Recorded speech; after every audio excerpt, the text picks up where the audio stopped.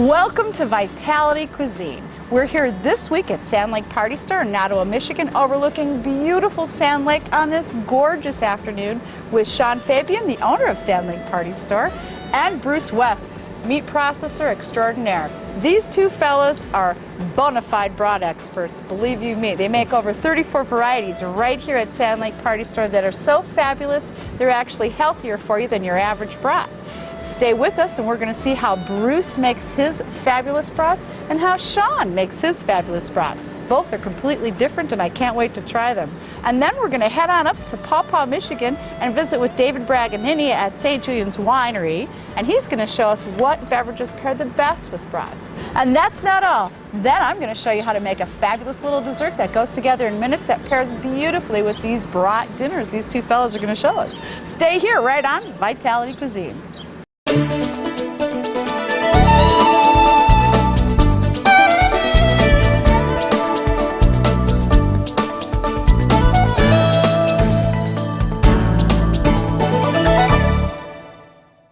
Welcome back to Vitality Cuisine. We're here this week at Sand Lake Party Store in Nottawa, Michigan, overlooking beautiful Sand Lake with Bruce West, who's going to show us how to make his favorite version of brats. Now, Bruce, I've known you a long time, and I love your brats. I love the fact that you have so many different varieties that you offer here at Sand Lake. Can you tell me what kind of brats we're going to be cooking today? Well, I'm going to try a jalapeno right now. Yeah. Cook a couple of these. What I like to do is put a couple on a tin foil, 2 or 3. Uh-huh. Let's do 3. And add what vegetables you like. You know, like let's do some red pepper, a bit of that, a little bit of onion. Now, can you add whatever vegetables you like? I'm sure you can, zucchini or what. Yeah, you could about do anything you want. I know some people like zucchini, and I was thinking zucchini and sausage. Yeah, that's okay. It's whatever you prefer. Okay. Then the second thing I do is add a couple cubes of ice. What this does is keeps it moist. Keeps it moist while you're cooking it. Really? Yep. And wrap it up real good so it don't leak out. Now, when you do this, are you doing individual portions? Well, it depends what you got going on. Can you do that? Like, say, if you have someone like me who wants specific flavored brats? Exactly. That kind of helps you decide where the flavors are when you're cooking it. So. Well, that's a great tip, because the one thing I can't stand is when they mix up which brats I'm eating. And I like a specific brat and I get something otherwise. And that's all there is to it? Basically easy as that, yes. Oh, well, that's pretty neat. What else you got here? Well, we got some Hawaiian here, which I like, one of my favorites. I love how he can tell just by looking at the sausage what it is. Well, it's easier to do before you cook it, that's for sure. Yeah. But another trick to do is, say all these peppers are pretty much the same taste. So what I do is maybe add a few orange to this one, so I know which one it is when I open it. So after it's cooked, since they don't look much different once they're cooked, if you identify the package by the color pepper that you're putting in it, does help. Which is what he's saying here. He's adding the orange ones to the Hawaiian ones. He knows that once the brats are cooked, the orange peppered brats are the ones that are the Hawaiian brats. And that's a great tip, because I can't stand it when I get the wrong brat, especially with the 34 flavors that you've got going on here. And I have my favorites just like everybody else. That's a wonderful tip. Now we're here at the grill, and Bruce is going to show us how to cook his brats. All right. That's pretty simple. Throw them on the grill, indirect heat preferably. Okay. What temperature? About 375. Open or closed? I usually close it. Okay. And for how long? I'd say 30 to 40 minutes, depends on how many you got in them, really. Yeah. Okay. And the fact that you've got it covered in foil tightly, I might add, and with ice cubes in there to keep them moist, which I think is an awesome idea, you're not going to have the flare-up that sausages usually do when they're right directly on the heat. And so you're not going to have to watch this, will you? Not as often. It's only, like I said, 2 or 3 turns and you're all set. Well, how awesome. Well, stay with us, because when we come back, we're going to see what Shawn has to tell us about his brats.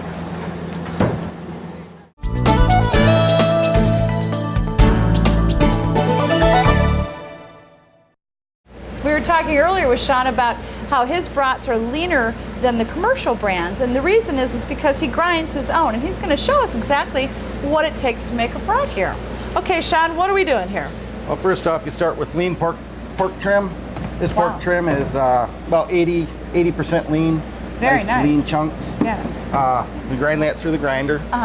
And then you mix your salt and spices, your specialty blends of spices in with it. And, all 34 varieties that he's got here, varieties. so there's all kinds of good stuff going in. And then you run it into through a machine. This is a mixer grinder. And so it's this mixes it and grinds it. Mixes it and grinds and it. Stuffs it. And stuffs it. That's awesome. And we're gonna run.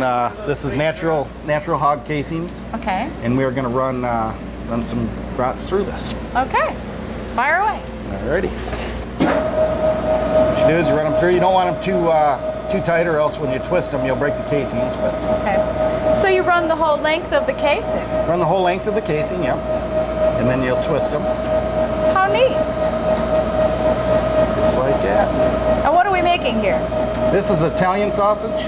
Ooh, one of my favorites. Yeah, it's my favorite too. This is a spicy one. It has some hot pepper in it. Lots of fennel. Very good sausage. Very nice. I'll show you how we twist them here too. Just take and you pinch through the casing, and then you just twist them. Oh, how neat. You do two so at a time. you're just gauging. Yep. Just like so. How neat. How come they don't sell them in the links like that anymore? Yeah, I used to be able to walk into shops. I see Polish sausage like that quite a bit in links, but most people like single servings anymore, you know, instead of having to. Well, that's just amazing. Isn't that interesting? And what's neat is when you do go to your local butcher and get the brats made fresh, you're probably getting a lot less sodium and a lot less fat and a lot less preservatives too, because they are being made fresh. And that's how fresh brats are made right here at Sand Lake Party Store in Nottawa, Michigan. We're here with Shawn Fabian, the owner of Sand Lake Party Store, and he's going to show us how to make his version of brats. Shawn, take it away. Take it away. Okay. This is a smoker grill. Got the smoker going. Okay. I like to just throw all the brats in the smoker for about 15 minutes. Wow. And of course, I don't think you can make brats without beer. No? So I got some beer over here. Of course not. Well, I've heard some people make brats with red wine. So red wine. Yeah. I'm sure that would be good. I'm going to throw some beer in a pan here. Okay. Does it matter what kind of beer you use? No, it does not. Nope. Okay. Just now, whatever you like to drink, because of course you're going to have a couple beers while you're making your brats. So okay. So you got for every recipe, make sure you add a little extra beer in for the chef, right? That's right. It's a bounty of colors there. It's absolutely gorgeous. And that goes right in the beer. Right? That's right. Right in the beer. That's awesome. Okay. Now we got this on smoke. We're going to let this smoke for about 15 minutes, and then we're going to turn the temperature up to about 375. And okay, so what's the temperature right now? It's about 150 right now. Okay, so how many minutes? About 15 minutes of smoking. Okay. And then we'll cook them for about 20 minutes at 375. Oh, okay. Now what is the fuel that you're using? This is an electric grill. Oh. Electric smoker grill. Really? And inside here, this smoker uses pellets. It's called a barbecue pellet. So it's probably ground up hickory. Yeah, I would imagine it's hickory. Hickory's the most popular smoking wood, so. Oh, okay. Now that we're done with the smoking process on Shawn's brats, we're on to the grilling process. Now what do we do, Shawn? Let's get in here and turn them over, make sure that they're not burning. Another thing about brats that you want to be careful about is you want to use tongs. Okay, and why is that? You don't want to poke holes in the brats. You want the casing to hold in all the juices. I see people out here taking a fork and poking holes in them, and then they're really dry when you go to eat them. And wouldn't that cause flare-ups? Yeah, plus you get a lot of flare-ups and fires in the grill. Well, you know what's funny is the old Sheboygan brats were so flammable because they had such high fat contents back in the 1920s that they recommended that you cook the brats with a pan of water nearby so you could put out the fire as you went along, which I think is kind of interesting. As you can see, there's no fire here or flare-ups because Shawn's brats, which we're using from Sand Lake Party Store's butcher counter, are leaner, and so there is a lower fat content, so you don't have to worry about those big flare-ups from fires, which is also nice. Yep. Aside from being lower in fat and calories. Alrighty. Wonderful. Now that we've got Shawn's brats cooking here, let's head on over to Paw Paw, Michigan to St. Julian's Winery and find out from David Braganini, the winery's president, what will pair with these brats other than beer. Today we're pairing wine with brats. The first wine I would pick, and a bold move, would be Red Heron. A very grapey, pleasant wine, but grapey, very fruit forward, very, very popular. It's made to be served chilled, which is unusual for a red wine, and this is available everywhere. My second choice is Simply Red, a very fruit-forward red table wine. This is a blend of 5 different Michigan-grown grapes. We add a little juice to this right before bottling. It gives it just a touch of sweetness, lowers the alcohol a little bit, and gives it a burst of flavor. This is what you call a very fruit-forward wine. You can taste, almost taste like cherries and blueberries. There's a lot of layers of flavor. We all have different taste buds, but you'll find a lot of different flavors in this product.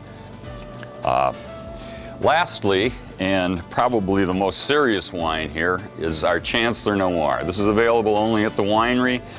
Actually, we're the only ones in Michigan that make a Chancellor. It's a relatively rare grape, but we do a good job with it. This is aged in American oak and Michigan oak. We make the barrels here ourselves out of local oak. There's layers and layers and layers of different flavors in it. You'll taste plums and cherries and blueberries. The more you sip, the more you will find. It's just a more serious wine. Wines are all good. Some are better than others, as we know. This is a serious product that would go really well with brats. It would turn the brats into quite an occasion. And so those are your 3 choices. All 3 are good, and I would recommend all 3 of them. I'd come to the winery and buy this one if it was up to me. Well, I wouldn't buy it if it was up to me. I would just take it off the shelf. But anyway, I would pair the red wine with brats, and you can't go wrong. Enjoy. Thank you, David, for that excellent wine pairing. We're going to find out if he's right. Ready to dig in, fellas? Oh, we sure are. Okay. We're all paired well here with our knives and forks. Oh my. Bruce has got really good moisture and excellent flavor. And I think Shawn's, I like the smoke to it too. Yeah. Pretty good. Let me try. Yes, I agree with that. What do you think? I like how the onions and green pepper flavor went into Bruce's. Yeah, it was definitely it infused. Quite a bit different than what I'm used to eating. It's really good. I gotta say, both of them are both absolutely excellent. Thank you, fellas. Thank you. Absolutely great. Thanks for being on the show. Let's see if David was right. Oh, yes. Well, that is a good one. Excellent choice, David. Very good. Well, coming up next, I'm going to be making a fabulous little dessert that goes together in just a couple minutes that will pair perfectly with this brat bonanza of a meal. Stay with us.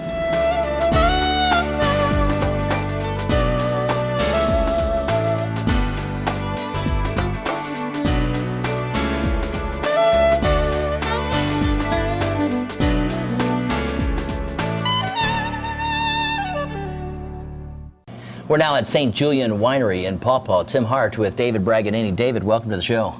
Glad to be here. Well, I'm glad to be here too because we've been sampling a little wine samples here, and so you can come over to the winery, you get a few little wine samples, then you get your choice of, I want to say thousands of wines almost, or thousands of bottles of wine. Thousands of bottles, a little over 30 products. All right. Yeah. Well, David, tell me about St. Julian Winery because it started many years ago back. St. Julian was started by my grandfather in 1921 in Windsor, Canada, right across from Detroit.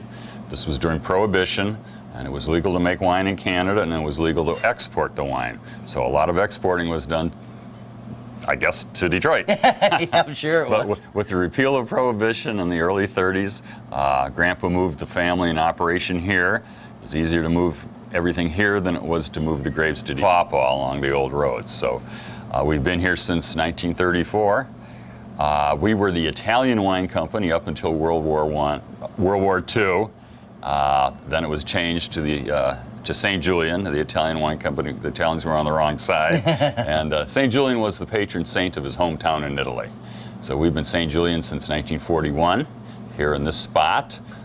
We are the oldest winery in the state of Michigan, and we're one of the largest, if not the largest. It varies from year to year depending on your crop. Sure. We use nothing but Michigan-grown grapes, and the vagaries of climate here, sometimes there's more, sometimes there's less.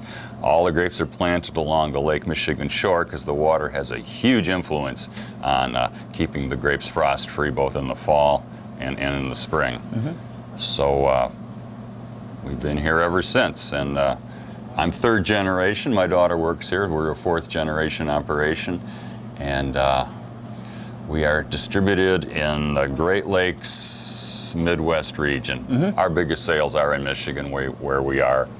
quite popular. Right. And you've got a number of outlets throughout the We've state. got 3 other tasting rooms where people can taste the wine and purchase it without having to come all the way here. They're mostly in places where people come into Michigan from out of state. We're not readily available out of state, and people love our wines. They can either stop at our tasting rooms or get them by mail order or come here. There's a number of ways to get the wine. Right.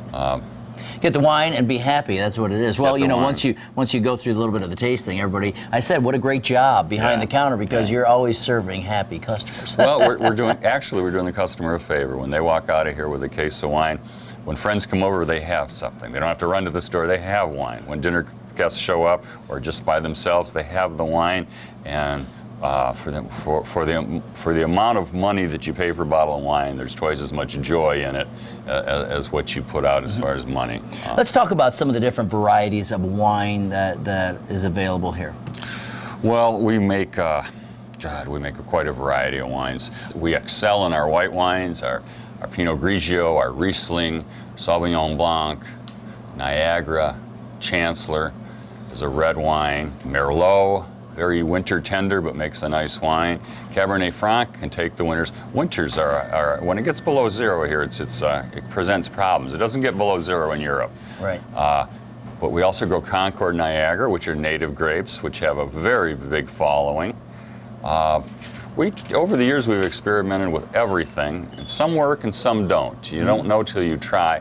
But little by little, we're narrowing it down. We've only been growing serious wine grapes in the last 30 to 35 years, and quite a few of them we've quit growing because they just don't make it through the winter or they don't make good wine, and others do very, very well, like Riesling, for instance, that we continue to plant. Michigan Riesling and Riesling in general is very, very popular.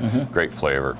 Our warm days and cool nights do really well with Riesling. Riesling is a cool climate grape. Yeah, and it's a delicious wine. That was one of the samples that I had a little while ago. It's a very, I wouldn't call it an entry-level wine, but it is. Okay, yeah. All right, now, so let's take that real quick. Okay. You talk about entry-level wines. Is that, how do you grade, or how do you say, okay, this is a entry-level, and then we will talk about the Braganini Reserve in just a second, when that's a serious wine. What's the when people, as soon as they turn 21, they have their first drink.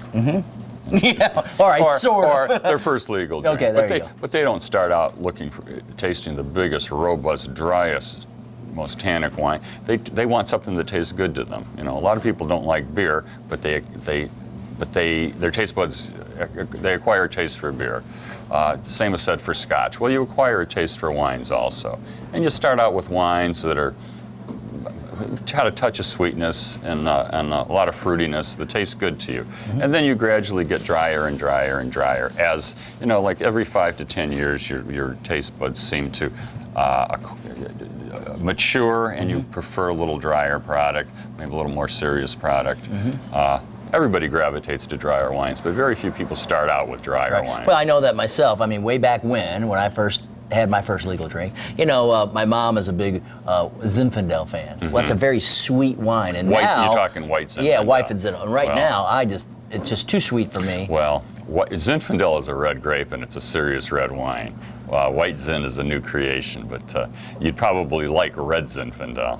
But yes, white Zinfandel and things like Lambrusco, they got so many, in Boone's Farm, they got everybody drinking wine, and then they would graduate from there. I think those products are great. A lot of people sniff at them, but I think they're great. They got people drinking wine. We appreciate the tour today and taking a look at all the wine that you have here. Thanks for the samples. They were delicious. All right, very good. We invite everybody to come on over to Paw Paw or any of the locations throughout the state. Check out some of the St. Julian Winery wines. David, thanks for being with us. All right. David Braganini, I'm Tim Hart from St. Julian Winery in Paw Paw. Italian roots, Michigan soil. There you go. Now that we've just had a wonderful brat meal with Shawn and Bruce, it's time to have a little bit of dessert. And we're here in Sand Lake Party Store's ice cream parlor because this is the best place to come after you've had a nice brat meal. But if you've had a lot of brats and you really don't feel like filling up on anything beyond those brats, I suggest having a mini dessert. And a great way to make a mini dessert is to ask for a very small portion. And today I'm going to show you how to enjoy the flavor of banana cream pie without all the extra calories and fat that you'd get in a slice, and in a smaller way.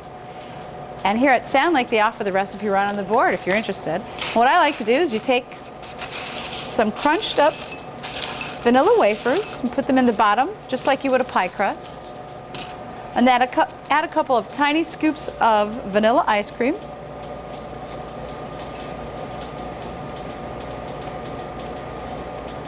Just like that. And then to that, you're going to add some bananas to give it that banana cream pie taste, which you can put nicely around the edges, like so. And you can add as much as you want, or you can just ask them here at Sand Lake to do so. And then we top it off with a squirt of whipped topping. And of course, no dessert is complete without the cherry. And there you have it, a mini banana cream pie. I'd like to thank our guest chefs this week, which is Shawn Fabian and Bruce West from here at Sand Lake Party Store, for giving us some wonderful ideas on how to make brats. And I look forward to seeing you again next week here on Vitality Cuisine. Bye-bye.